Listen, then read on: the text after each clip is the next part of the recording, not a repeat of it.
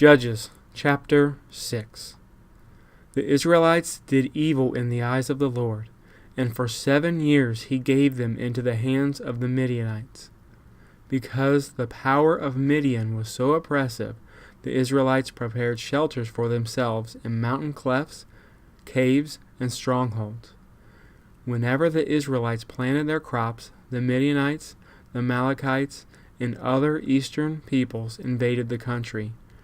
They camped on the land and ruined the crops all the way to Gaza, and did not spare a living thing for Israel, neither sheep, nor cattle, nor donkeys.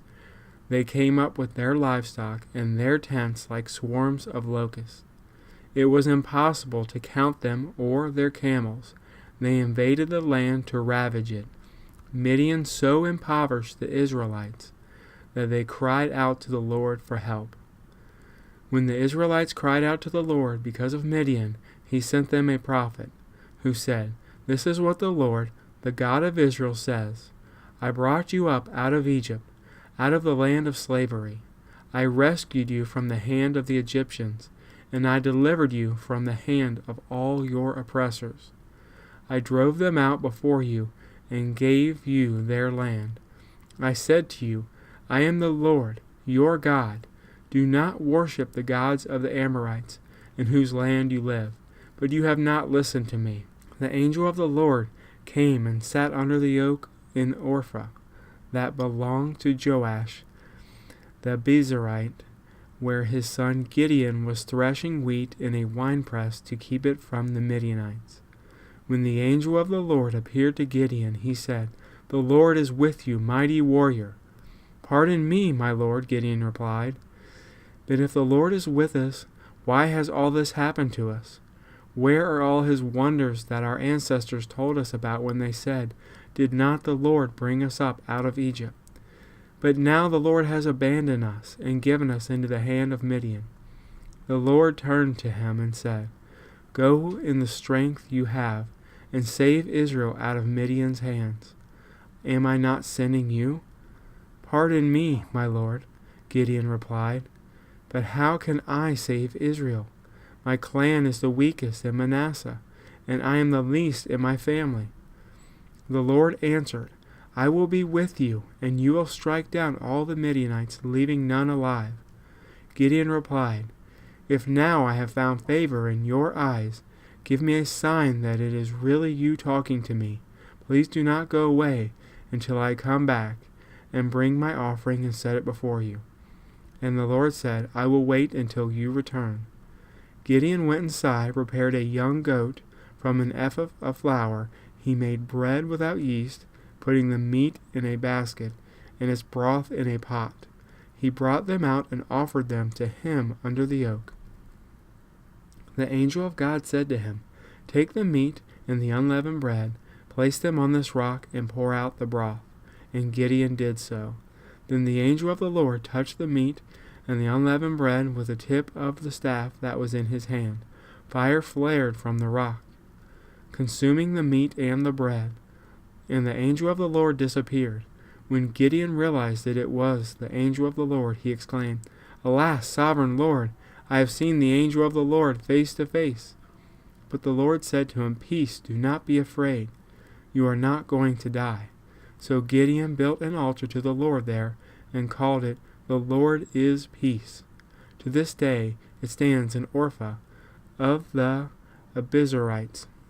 The same night the Lord said to him, "Take the second bull from your father's herd, the one 7 years old, tear down your father's altar to Baal, and cut down the Asherah pole beside it. Then build a proper kind of altar to the Lord your God on top of this height.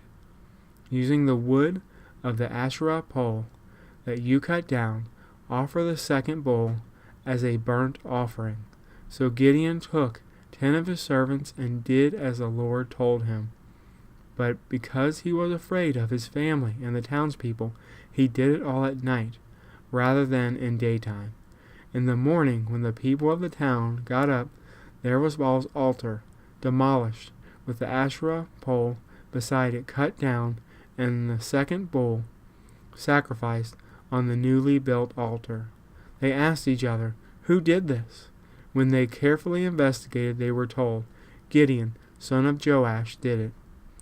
The people of the town demanded of Joash, "Bring out your son. He must die, because he has broken down Baal's altar and cut down the Asherah pole beside it." But Joash replied to the hostile crowd, "Are you going to plead Baal's case? Are you trying to save him?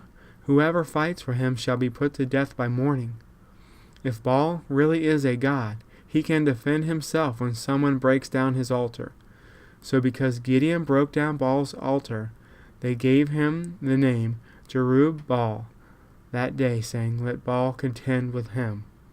Now all the Midianites, Amalekites, and other eastern peoples joined forces and crossed over the Jordan and camped in the valley of Jezreel.